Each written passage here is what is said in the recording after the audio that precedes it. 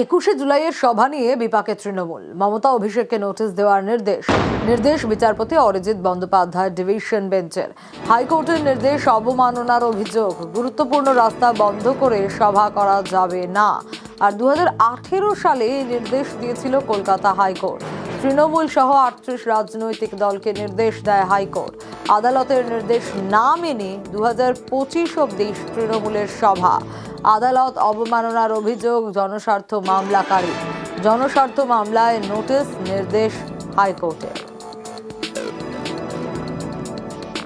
এই 21শে জুলাই যে তাহলে কি হাতছাড়া হতে চলেছে তৃণমূল কংগ্রেসের কাছ থেকে? কারণ এই 21শে জুলাই ছিল বার্ষিক সভা এবং এই বার্ষিক সভার জন্য বিভিন্ন জায়গা থেকে লোকজন আসতো এবং শুধু তাই নয়, গোটা কলকাতা এবং বলা যেতে পারে গোটা পশ্চিমবঙ্গের বিভিন্ন জায়গাও অবরুদ্ধ হয়ে পড়তো।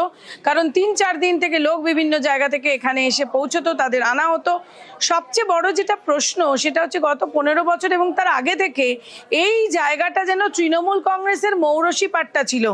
অন্য কোনো রাজনৈতিক দল এই জায়গায় দাঁড়িয়ে কোনো সভাই করতে পারতো না এবং এমন একটা প্রভাব খাটানো হতো যে এই জায়গায় শুধুমাত্র তৃণমূল কংগ্রেসই যেন এই জায়গায় সভা করতে পারে।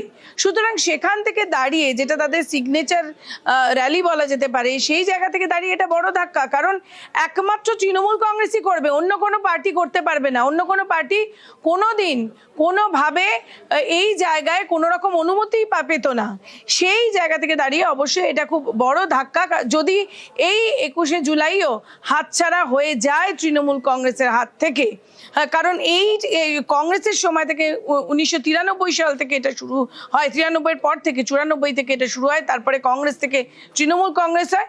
এবং যদি 2025-এ আমরা দেখি, 2025-এ কিন্তু কোর্টের তরফ থেকে খুব শক্ত নির্দেশ দেওয়া হয়েছিল যে সকাল 9টা থেকে 11টা কোথাও কোনো মিছিল করা যাবে না। এবং এটাও বলা হয়েছিল তখন হাইকোর্টের তরফ থেকে যে পরের বার অন্য কোথাও যাতে তারা করতে পারে সেইটা নিয়ে তাদের ভাবনা চিন্তা করা উচিত। এখান থেকে দাঁড়িয়ে এটা অবশ্যই খুব বড় ধাক্কা।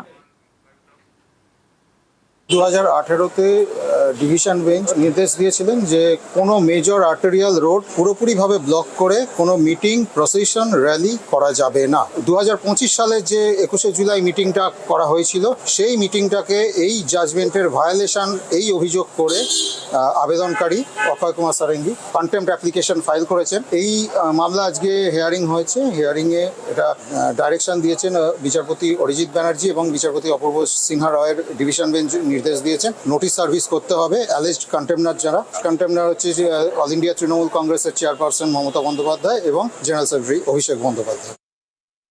মূল গুরুত্বপূর্ণ রাস্তা পুরো বন্ধ করা যাবে না, অথচ 2025 সালের 21শে জুলাই ধর্মতলা তৃণমূল কংগ্রেসের শহীদ দিবস, পুরো রাস্তা বন্ধ করে হয়েছে সভা। তাই এবার আদালত অবমাননার অভিযোগে অভিযুক্ত তৃণমূল কংগ্রেস শুক্রবার কলকাতা হাইকোর্টের তরফে তৃণমূল কংগ্রেসের চেয়ারপারসন মমতা বন্দ্যোপাধ্যায় এবং সাধারণ সম্পাদক অভিষেক বন্দ্যোপাধ্যায়কে নোটিশ ধরানোর নির্দেশ দিয়েছে হাইকোর্ট।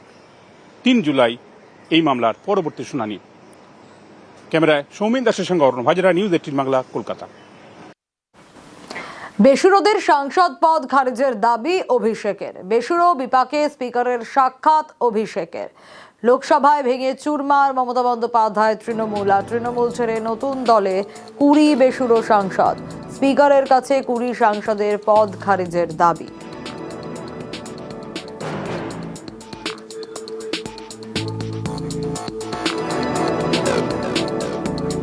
20টা ডিসকোয়ালিফিকেশন পিটিশন আজকে মুভ করেছে।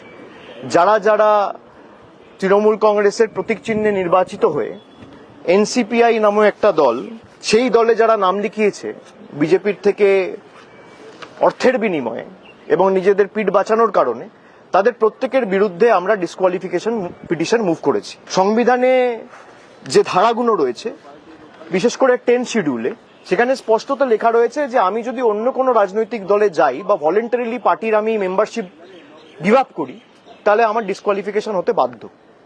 তো আমি যদি তৃণমূল ছেড়ে এনসিপিআই চলে যাই, যেটা তারা দাবি করছে, তার মানে তারা তৃণমূলের সদস্য আর নয়। এখানে 2/3 কি 28 জন বা 29 জনের মধ্যে যদি 28 জন 29 জনও চলে যায়, তাহলেও সেটা মার্জার নয়, যতক্ষণ না 2/3 of the political party decides two merge. দুটোই সংবিধানে লেখা রয়েছে। এবার কে সংবিধানের পক্ষে আর কে সংবিধানের বিরুদ্ধে সেটা মাননীয় অধ্যক্ষ প্রমাণ করবে। কুড়ি বিক্ষুব্ধ সাংসদ যে মার্জারের কথা বলছে সেই মার্জার আইনত বৈধ নয়। সংবিধানের 10ম তফসিল অনুযায়ী এই মার্জারের কোনো বৈধতাই নেই। স্পিকারের সামনে উপস্থিত হয়ে এই সওয়ালই করলেন অভিষেক বন্দ্যোপাধ্যায়। তার সঙ্গে ছিলেন দলের লোকসভার আরও 3 সাংসদ, কল্যাণ বন্দ্যোপাধ্যায়, সৌগত রায়, মহুয়া মৈত্ররা। তাদের উপস্থিতিতে স্পিকারের সঙ্গে প্রায় 1 ঘন্টা বৈঠকে অভিষেক বন্দ্যোপাধ্যায় তিনি দাবি করলেন যে এভাবে 20 জন সাংসদ কেন, যদি দলের 28 জন সাংসদও চলে যান তাহলেও সেই মার্জার বৈধ হবে না যতক্ষণ না পর্যন্ত রাজনৈতিক দলের বিভিন্ন যে কমিটি রয়েছে তার 2/3 যাচ্ছে। এর পাশাপাশি এই 20 বিক্ষুব্ধ সাংসদকে ডিসকোয়ালিফাই করা হোক সেই আবেদন অভিষেক বন্দ্যোপাধ্যায় পৃথকভাবে জমা দিলেন। তার কড়া অভিযোগ, তার তীব্র অভিযোগ যে কাউকে ভয় দেখিয়ে, কাউকে টাকার বিনিময়ে কোটি কোটি টাকা দিয়ে কিনে ফেলা হয়েছে। তিনি চ্যালেঞ্জ করলেন যে এই বিষয়ে তিনি যে অভিযোগ তুলছেন সেটা তিনি প্রমাণ করে দিতে পারবেন। একই সঙ্গে এই সাংসদদের উদ্দেশ্যে তিনি বার্তা দিলেন যে যেহেতু তারা তৃণমূল কংগ্রেসের সঙ্গে কাজ করতে চাইছেন না, তাহলে তৃণমূল কংগ্রেস থেকে পদত্যাগ করুন, সাংসদ পদ ছেড়ে দিন এবং লড়াই করে দেখান। দীর্ঘক্ষণের এই বৈঠকের পর স্পিকারের কি সিদ্ধান্ত হয় এখন সেটাই দেখার। ক্যামেরা পার্সন আপু পাঠকের সঙ্গে মৈত্রী ভট্টাচার্য, নিউজ 18 বাংলা, নয়াদিল্লি। আর ঋতব্রত বন্দ্যোপাধ্যায়ের নিশানায় অভিষেক। চার্টার্ড বিমানে যাতায়াত নিয়ে প্রশ্ন। দলের এই অবস্থায় চার্টার্ড বিমানে যাতায়াত সমর্থন নয় বলে মন্তব্য কুণালের। জবাব দিয়েছেন অভিষেকও। ওনার বাহন হচ্ছে আর কি চার্টার্ড ফ্লাইট। খেয়াল করছে না যে কবে উনি শেষ নর্মাল ফ্লাইটে চড়েছেন। 1.5 কোটি টাকা অ্যাভারেজে সব মিলিয়ে পার ডে লাগে। আজকে গিয়ে কাল যদি ফেরেন 3 কোটি টাকা। স্বাভাবিকভাবে এটা দিল্লির বাগডোগরার কষ্ট ওরকম এসে যায় 70 লাখ টাকা পার ডে। আমার একটা অনুষ্ঠানের কথা মনে আছে, হাসিমারা অব্দি চার্টার্ড ফ্লাইট। হাসিমারা থেকে মানে মাঝের ডাবরি চা বাগান গাড়িতে খুব বেশি হলে 10 মিনিট লাগে। সেটাও আবার হচ্ছে একটা চপার। উনি মনে করেন হয়তো ওনার স্ট্যাটাস সিম্বলের জন্য জরুরি, কিন্তু একজন এমপি যে পরিমাণে টিকিট পান বিজনেস ক্লাসের, টিকিট শেষ করা যায় না। তো গোটা বিজনেস ক্লাসটা ভাড়া করে নিলেও অনেক কম পয়সায় হয়ে যায়, কিন্তু এই যে পার্টির টাকা, এটা তো ওনার ব্যক্তিগত টাকা নয়। এবং যা হিসেবপত্র পাওয়া যায় এই চার্টার্ড ফ্লাইটের পেছনে কত টাকা পার্টির ফান্ড থেকে নেওয়া হচ্ছে সবাই জানে। তো এত বড় পরাজয়, কর্মীরা আক্রান্ত হচ্ছেন, মামলার খরচ, আমাদের এরকম অনেক এমএলএ আছেন সোনা বন্ধক দিয়ে কর্মীদের মামলার খরচ মেটাচ্ছেন। সেই অবস্থায় এর আগেও গেছেন, চার্টার্ড ফ্লাইটে গেছেন, এবারও চার্টার্ড ফ্লাইটে গেলেন। স্ট্যাটাস আর কিছু নেই, জনগণ সব স্ট্যাটাস স্ট্রিপ অফ করে নিয়েছে। এখন চার্টার্ড ফ্লাইট দিয়ে হয়তো স্ট্যাটাস বজায় রাখতে চাইছেন। বাহনে চেপে নারদের যেমন ঢেকি, তেমনি তিনিও ওনার ঢেকি চার্টার্ড ফ্লাইটে চেপে দিল্লি রওনা হয়েছেন, সঙ্গে জোকারটাও গেছে শুনছি। বিমান বা কোনো বিশেষ বিমান আমি বলতে পারবো না, কিন্তু পার্টির খরচা করে যদি কেউ বিমান ভাড়া করে গিয়ে থাকে তাহলে আমি কোনো মতে সেটা সমর্থন করছি না। কেউ চেনা তার বিমান ব্যবহার করতে দিয়েছে তাতেও কোনো নেই, কিন্তু পার্টির খরচা করে যদি কেউ চার্টার্ড বিমানে গিয়ে থাকে পার্টির এই অবস্থায়, তাহলে সেটা সমর্থন জাস্ট করি না। যারা বলছেন আমি কিসে আসছি, কিসে যাচ্ছি, কোত্থেকে নামছি, তারা যদি লিখিত দিয়ে দেয় অভিষেক বন্দ্যোপাধ্যায় ইকোনমি ক্লাস যাবে, আমার পাশের সিটে যদি কেউ বসে, যেটা আমার সাথে অনেকবার হয়েছে, আমার লিগাল ওপিনিয়ন নিয়ে এটা করা। কুলান ঘোষ আমার সহকর্মী, সে যদি আমার বিরুদ্ধে বলে আমি তার বিরুদ্ধে বলবো না।